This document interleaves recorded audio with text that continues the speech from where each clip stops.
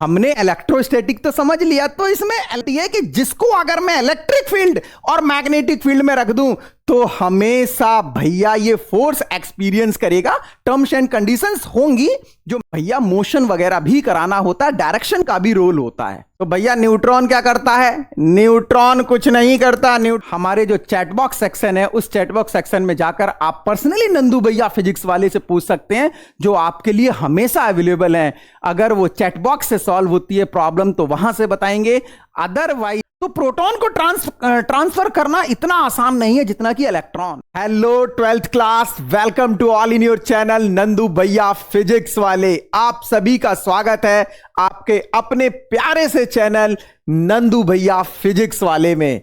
मेरे बच्चों 12th class का सेशन स्टार्ट हो चुका है और फिजिक्स को लेकर आपको काफी टेंशन हो रही है। और टेंशन क्यों होगी भाई? क्योंकि इस बार का जो फिजिक्स का पेपर था वो बच्चों को रुला रहा था, बहुत परेशान किया था फिजिक्स के पेपर ने। लेकिन क्या आपको पता है कि तो आप जिस भैया से पढ़ रहे हो ना, उन्होंने जब YouTube पर पढ़ाना स्टार्ट किया था लास्ट ईयर से, तो जो भी चैप्टर्स पढ़ाए थे वो इतने डिटेल में पढ़ाए थे कि जो भी क्वेश्चन पेपर आया था उसका एक एक क्वेश्चन उस वीडियो से था। भाई ये मैं बिल्कुल सही बोल रहा हूं। आप जाइए YouTube पर और हमारा वीडियो देखिए जिसमें मैंने ये बताया हुआ है कि क्वेश्चंस कैसे आए थे और कहां से आए थे और किस वीडियो से हमारा क्वेश्चन आया था। इसका लिंक मैंने डिस्क्रिप्शन में शेयर कर दिया है, आप जाइए और वहां से उस वीडियो को देखिए, आपको खुद पता चल जाएगा कि कहां से पेपर बना था। दूध का दूध और पानी का पानी हो जाएगा। एक बात और मेरे बच्चे, आप लोग ना कुछ मिस्टेक कर देते हो। मिस्टेक क्या होता है कि आप लोग जब कोई चैप्टर पढ़ रहे होते हो तो आप लोग कहां ध्यान देते हो? आप लोग ध्यान देते हो कि कोई चैप्टर यार वन शॉट में कंप्लीट हो जाए। ये जो वन शॉट है ना, यही मामला गड़बड़ हो जाता है। क्यों भाई? क्योंकि जब वन शॉट पर में पढ़ाया जाता है तो उस केस में क्या कराया जाता है कि कोई भी चैप्टर जल्दी जल्दी खत्म किया जाता है। क्या आपने उस चैप्टर की डीप स्टडी की? क्या आपने उस चैप्टर के सभी कॉन्सेप्चुअल क्वेश्चन लगाए?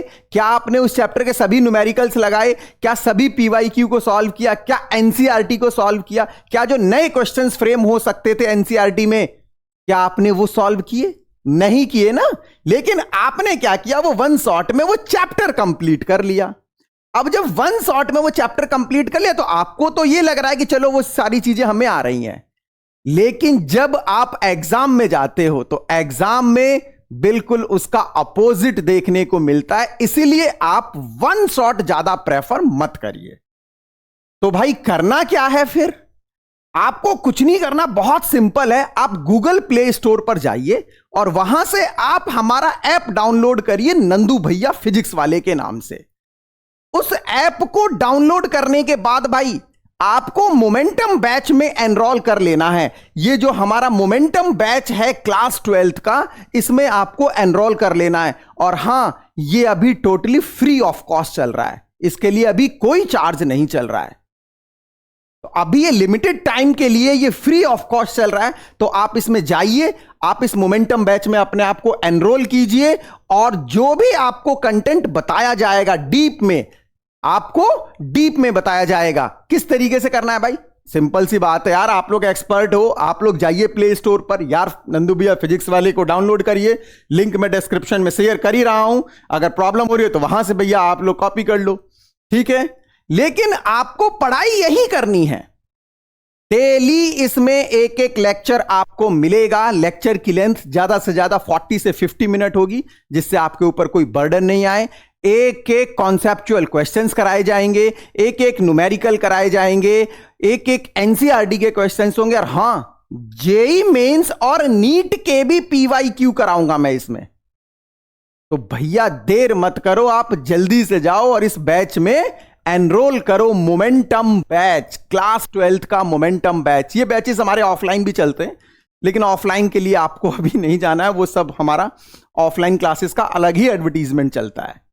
तो आपके दिमाग में एक और डाउट आ रहा होगा भाई कि क्या YouTube पर नहीं चलेगी क्लास? भैया YouTube पर चलेगी क्लास, लेकिन YouTube पर तो टाइम मैनेजमेंट करना है ना, तो उसी हिसाब से वो कंटेंट बताया जाएगा।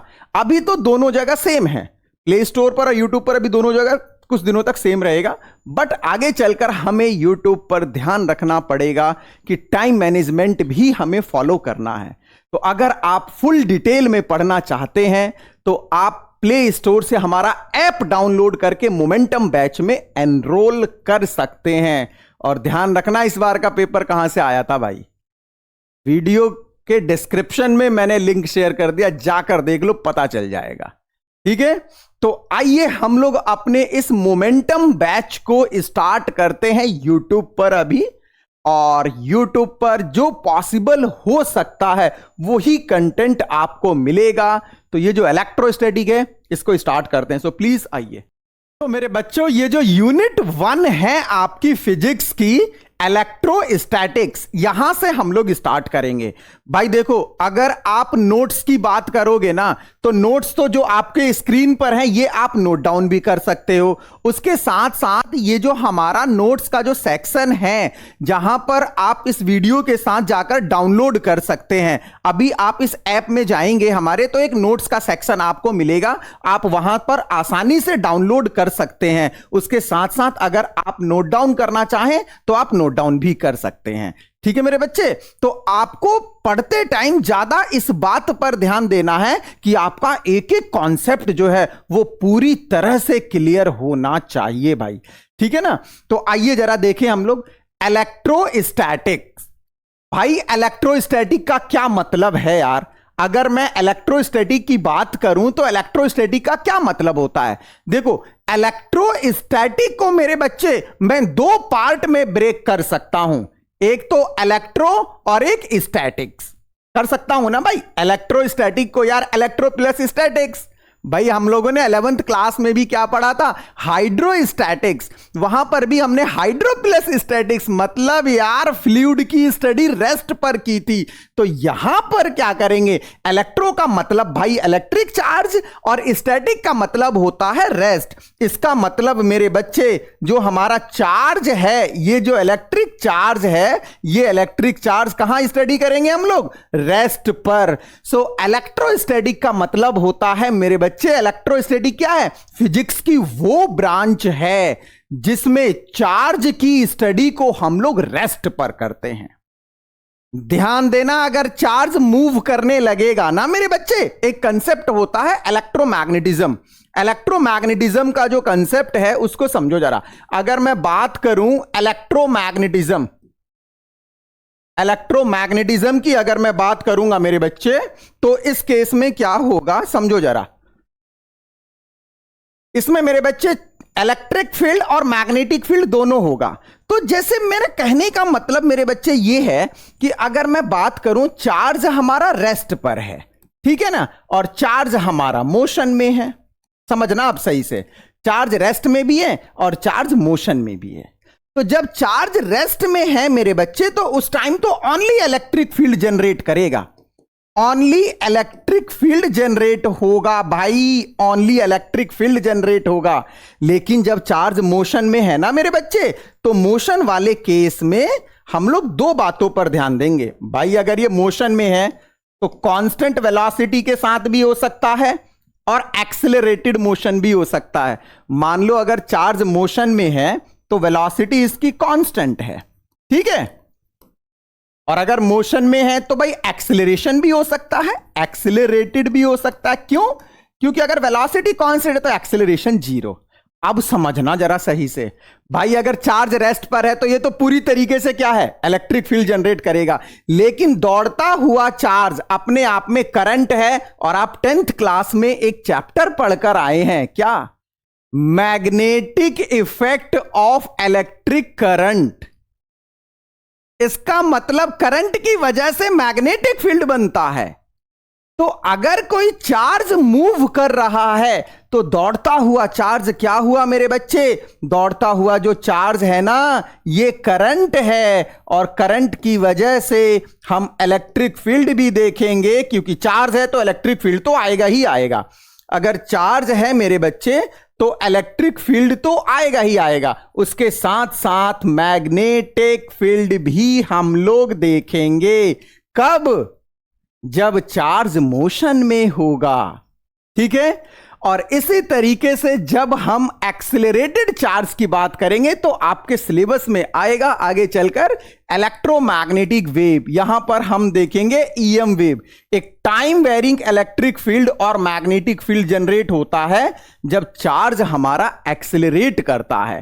तो मतलब मेरे बच्चे, आप लोगों ने क्या देखा? आप लोगों ने कुछ इस हिसाब से देखा ना कि अगर हमारा जो चार्ज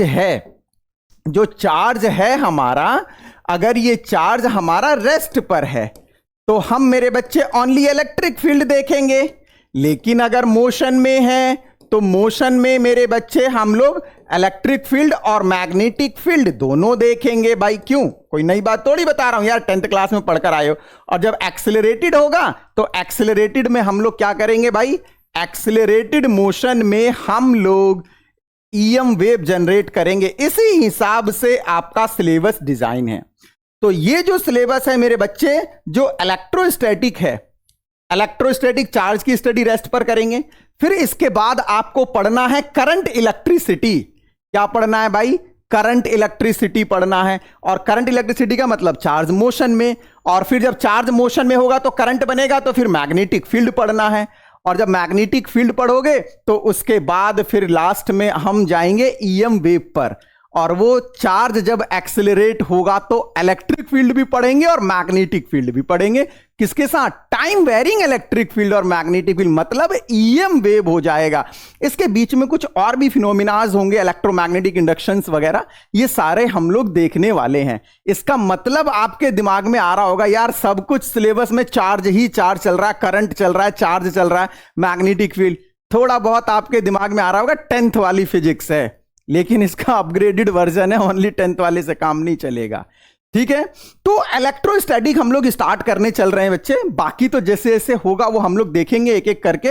फिलहाल हम लोग जो है वो इलेक्ट्रोस्टैटिक की तरफ चल रहे हैं। So electrostatic means it is the branch of physics in which we deals with study of charge at rest. Charge की स्टडी को हम लोग कहां करते हैं मेरे बच्चे? रेस्ट पर करते हैं। किसमें? इलेक्ट्रोस्टैटिक में। क्लियर है? चलें आगे की तरफ। ठीक है, देखो भाई, तो बात आती है कि भाई ये जो इलेक्ट्रिक चार्ज क्या है, हमने इलेक्ट्रोस्टैटिक तो समझ लिया, तो इसमें इलेक्ट्रिक चार्ज का मतलब क्या है? अब भाई जब इलेक्ट्रिक चार्ज को तू समझने की कोशिश करेगा ना, तो तू पहले ये बता कि मास क्या होता है। यार मास भी किसी मैटर की इंट्रिंसिक प्रॉपर्टी है, बेसिक है भाई। अगर कोई भी मैटर है तो उसका मास तो सरवाइव करेगा ना। चार्ज भी किसी मैटर की इंट्रिंसिक प्रॉपर्टी होती है, लेकिन कुछ डिफरेंस है। अगर मैं उस मैटर को, जिसको मैं चार्ज बोल रहा हूं, उसको अगर मैं इलेक्ट्रिक फील्ड और मैग्नेटिक फील्ड में रख दूं तो भाई उस चार्ज पर फोर्स लगने लगेगा। मान लो भाई, क्या बोला तुमने? ये यार मैंने ये बोला ना कि मेरे पास मान लो कि एक चार्ज है, मान लो एक चार्ज है, ये मान लो मेरे बच्चे ये एक चार्ज है। ठीक है, ये चार्ज है। इसको मैंने क्या किया, एक ऐसे फील्ड में रख दिया कि यहां इलेक्ट्रिक फील्ड है। आप लोग पढ़ोगे इलेक्ट्रिक फील्ड क्या है, ठीक है ना? इलेक्ट्रिक फील्ड भी मैं आपको बताऊंगा कि इलेक्ट्रिक फील्ड क्या है, बट अभी आप देखो इलेक्ट्रिक फील्ड है, यहां पर मैग्नेटिक फील्ड है। अगर मैं इस चार्ज को इस इलेक्ट्रिक फील्ड के अंदर रख दूं तो इस चार्ज पर 100% फोर्स लगेगा। अगर मैं इस चार्ज को मैग्नेटिक फील्ड में मूव कराऊं तो मैग्नेटिक फील्ड में भी इस पर फोर्स लगेगा। इट मींस चार्ज मैटर की वो इंट्रिंसिक प्रॉपर्टी है कि जिसको अगर मैं इलेक्ट्रिक फील्ड और मैग्नेटिक फील्ड में रख दूं तो हमेशा भैया ये फोर्स एक्सपीरियंस करेगा। टर्म्स एंड कंडीशंस होंगी जो मैग्नेटिक फील्ड में चार्ज को मूव करना होता है, ठीक है ना? वो जब मैग्नेट स्टार्ट होगा तो हम देखेंगे। इट मींस कहने का मतलब यह है कि चार्ज की वजह से इलेक्ट्रोस्टैटिक फील्ड, अगर चार्ज मूव कर रहा है तो मैग्नेटिक फील्ड, और अगर मैं इलेक्ट्रिक फील्ड में चार्ज को प्लेस करता हूं तो भैया वहां तो फोर्स लगने वाला है उस पर। तो एक चार्ज दूसरे चार्ज पर फोर्स लगाता है, जिस फोर्स को हम लोग इलेक्ट्रोस्टैटिक फोर्स बोलते हैं।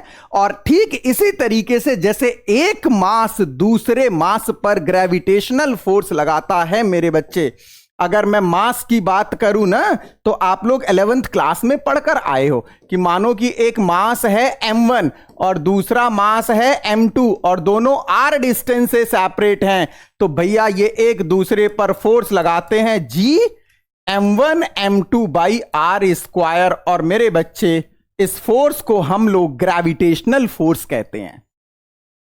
मतलब अगर एक मास है तो वो दूसरे मास पर फोर्स लगाएगा। ये बात तुम्हारे समझ में आ रही होगी भाई। अब भैया चार्ज क्या है, ये चार्ज तो बताओ। तो भैया जैसे मैंने बोला कि चार्ज को जनरली क्यू से रिप्रेजेंट करते हैं भाई, ठीक है ना। अगर एक चार्ज है मेरे पास, तो जो चार्ज होगा एक Q1 चार्ज दूसरे Q2 चार्ज पर फोर्स लगाएगा।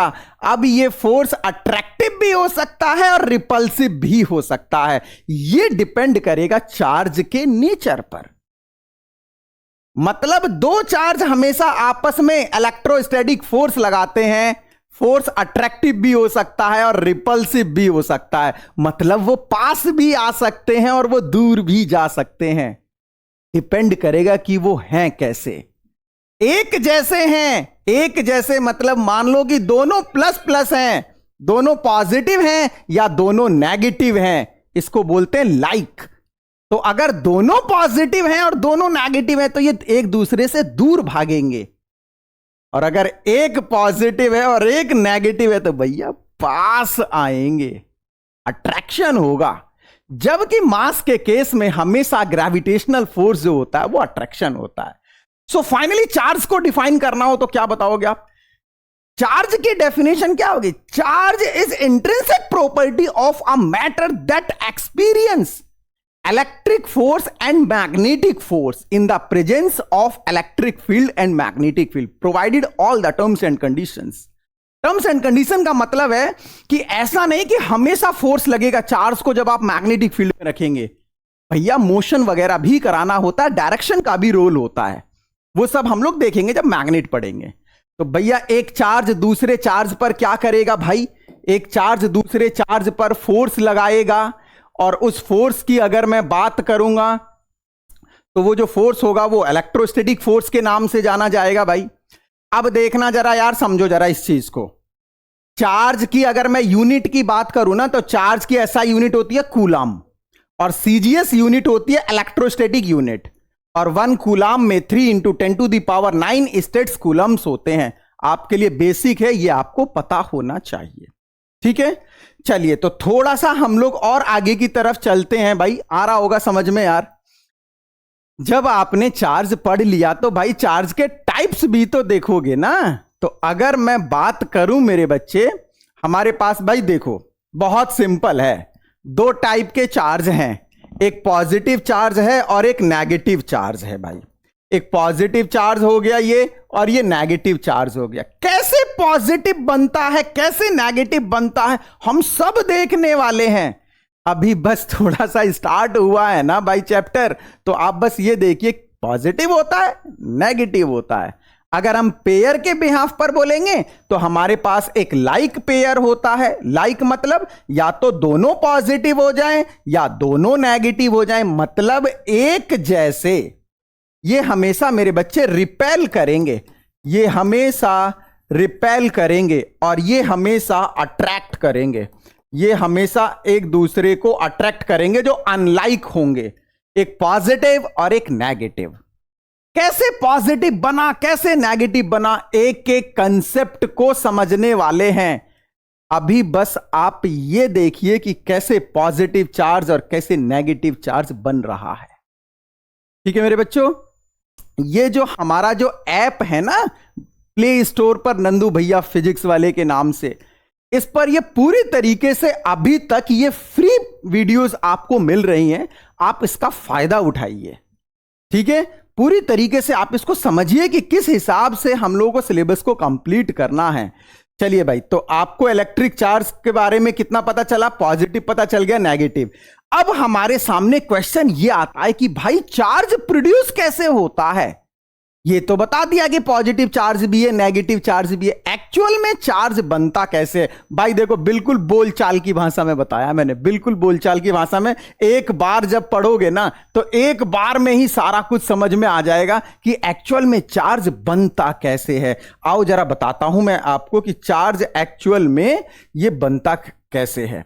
देखो भाई, अगर हम चार्ज की बात करेंगे ना, समझो थोड़ा सा, अगर हम चार्ज की बात करें तो सबसे किसी भी मैटर की सबसे बेसिक यूनिट क्या होती है?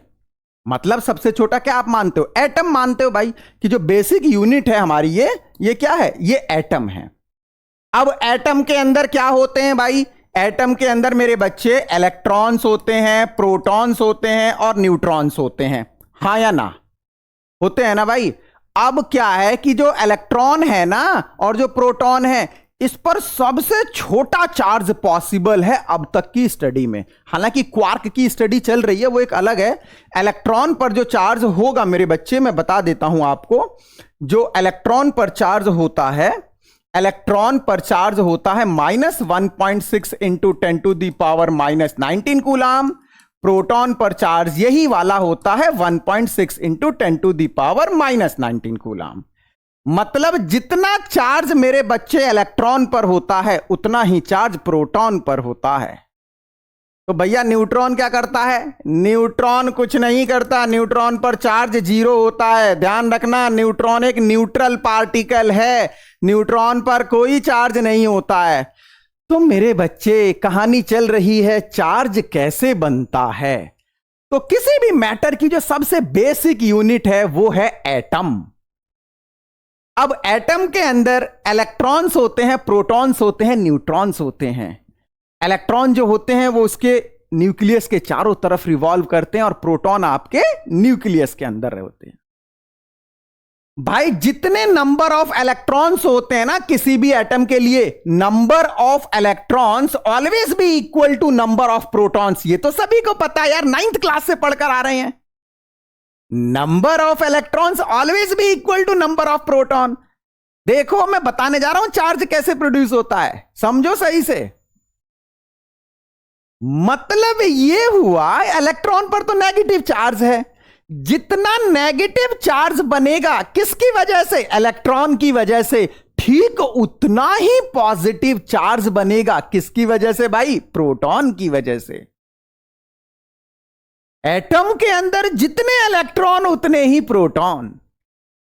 तो ओवरऑल भाई एटम क्या हो गया? न्यूट्रल। एटम पर तो कोई चार्ज ही नहीं हो सकता मेरे बच्चे, एटम तो न्यूट्रल हो गया। अब आपके दिमाग में ये आ रहा होगा कि मेरे बच्चे चार्ज कैसे आता है। आपके दिमाग में ये आने लगा होगा कि भाई एटम भी न्यूट्रल है तो चार्ज कैसे बनेगा? चार्ज कैसे बनेगा? आओ मैं आपके सामने एक सिचुएशन रखता हूं। इसका जो आंसर है ना, चार्ज के लिए हमें इलेक्ट्रॉन को ट्रांसफर करना है, यह अभी समझ में आएगा। पहले मैं आपके सामने एक सिचुएशन रखता हूं, देखो भाई। अब मेरे पास, समझना जरा, मेरे पास भाई 2 एटम हैं। एक एटम मेरा X है और एक एटम मेरा Y है। समझना चार्ज कैसे प्रोड्यूस होता है। X एटम के अंदर भाई जितने प्रोटॉन होंगे उतने ही इलेक्ट्रॉन होंगे। ओवरऑल ये जो है ये न्यूट्रल है। मतलब मैंने ये बोला कि जो हमारा X एटम है, X एटम के अंदर मैंने एक सिचुएशन ली है जिसमें मैंने मेरे बच्चे 7 इलेक्ट्रॉन लिया है, तो 7 ही प्रोटॉन होंगे। वो कोई बहुत बड़ी बात नहीं है। कोई भी एटम है उसके अंदर जितने इलेक्ट्रॉन उतने प्रोटॉन, जितना नेगेटिव बनेगा उतना पॉजिटिव। तो भैया मेरे देखना जरा इधर, जितना नेगेटिव उतना पॉजिटिव। भैया न्यूट्रल है ये। हमने Y लिया, Y के अंदर मैंने 14 इलेक्ट्रॉन और 14 प्रोटॉन। यार कोई भी रैंडम ले लिया यार, कुछ भी ले लो ना, 20 रख लो, 25 रख लो, 12 रख लो यार, जितना मन करे उतना रख लो। मैं तो बस ये बताने की कोशिश कर रहा हूं कि ये जो Y है ये Y न्यूट्रल है और X भी न्यूट्रल है। हमें चार्ज प्रोड्यूस करना है। अगर मैं किसी तरह से मान लो, कोई भी मैंने मेथड लगाया, वो मैं मेथड बताऊंगा आगे, अभी मैं इस मेथड पर नहीं जा रहा हूं। मान लो मेरे बच्चे कि अगर मैं एक्स एटम से इलेक्ट्रॉन जो है वो वाई में ट्रांसफर कर दूं, किसी तरीके से कर सकता हूं, वो मेरी टेंशन है, बताऊंगा कैसे करेंगे। अभी तो हम ये देख रहे हैं ना चार्ज कैसे बनेगा। मतलब यहां से अगर मैंने 2 इलेक्ट्रॉन यहां ट्रांसफर कर दिया किसी तरीके से, अब क्या होगा, यहां पर प्रोटॉन जितने थे उतने ही हैं अभी भी, यहां पर भी जितने प्रोटॉन थे उतने ही हैं अभी भी। मतलब यहां 7 इलेक्ट्रॉन थे पहले, यहां पर 7 इलेक्ट्रॉन थे और 7 ही प्रोटॉन थे पहले, और यहां पर 14 इलेक्ट्रॉन थे और 14 ही प्रोटॉन थे पहले वाली सिचुएशन में ट्रांसफर करने से पहले। ट्रांसफर करने के बाद अब यहां पर मेरे बच्चे 2 इलेक्ट्रॉन ट्रांसफर कर दिए, तो इलेक्ट्रॉन बचेंगे 5 और प्रोटॉन 7। यहां पर इलेक्ट्रॉन हो जाएंगे मेरे कितने, इलेक्ट्रॉन हो जाएंगे 16 और प्रोटॉन अभी भी 14 ही है। इसका मतलब ये देखो, अब ये जो इक्वल आ रहा था ना वो इक्वल अनइक्वल में कन्वर्ट हो गया भाई। अब देखो यहां पर 5 इलेक्ट्रॉन की वजह से जो नेगेटिव चार्ज था वो 5 प्रोटॉन के पॉजिटिव चार्ज से कैंसिल आउट हो जाएगा, लेकिन यहां पर 2 प्रोटॉन एक्सेस है, या मैं ये बोल सकता हूं 2 इलेक्ट्रॉन कम है। इसका मतलब इस पर 2 प्रोटॉन की वजह से पॉजिटिव चार्ज आ जाएगा। एक प्रोटॉन का चार्ज कितना होता है, 1.6 इंटू 10⁻⁻19, तो 2 प्रोटॉन की वजह से चार्ज आ जाएगा। ठीक इसी तरीके से यहां पर अगर मैं देखूं तो भाई 14 प्रोटॉन का जो चार्ज है वो 14 इलेक्ट्रॉन के चार्ज से तो गायब हो गया, लेकिन बच गए 2 इलेक्ट्रॉन। तो 2 इलेक्ट्रॉन की वजह से जो नेगेटिव चार्ज बनेगा वो आपको इस पर देखने को मिलेगा। इसका मतलब जिसने इलेक्ट्रॉन ट्रांसफर किया उस पर पॉजिटिव चार्ज आ गया और जिसने इलेक्ट्रॉन गेन किया उस पर नेगेटिव आ गया। यार देखो ना मेरे बच्चे, कितनी इजी लैंग्वेज में मैंने कंसेप्ट को समझाया है भाई, बिल्कुल बोल चाल की भाषा में। देखो ना, अब x के पास 2 प्रोटॉन एक्सेस हैं तो इसके पास पॉजिटिव चार्ज आ जाएगा। अब y के पास 2 इलेक्ट्रॉन एक्सेस हैं तो नेगेटिव चार्ज आ जाएगा। इसका मतलब अगर आप चार्ज प्रोड्यूस करना चाहते हो तो आपको इलेक्ट्रॉन ट्रांसफर करने होंगे, और इलेक्ट्रॉन को ट्रांसफर करने के डिफरेंट मेथड्स होते हैं। वो मेथड्स हम लोग 1 बाय 1 करके समझेंगे। फिलहाल जो हमारे दिमाग में क्वेश्चन आ रहा था कि चार्ज को कैसे प्रोड्यूस करेंगे, सबसे पहले हमने देखा भाई what is charge. Charge is something, या charge is intrinsic property of a material or any matter that exert electrostatic force of either attraction or repulsion on another charge। और हम ऐसे भी बोल सकते थे कि भैया इलेक्ट्रिक चार्ज किसी भी मैटर की इंट्रिंसिक प्रॉपर्टी है, जिसको अगर मैं इलेक्ट्रिक फील्ड में रख दूं या मैग्नेटिक फील्ड में रख दूं तो भैया उस पर फोर्स तो लगना ही है। तो बात यह आ रही थी कि चार्ज बने कैसे, तो चार्ज के लिए हमें इलेक्ट्रॉन को ट्रांसफर करना होगा।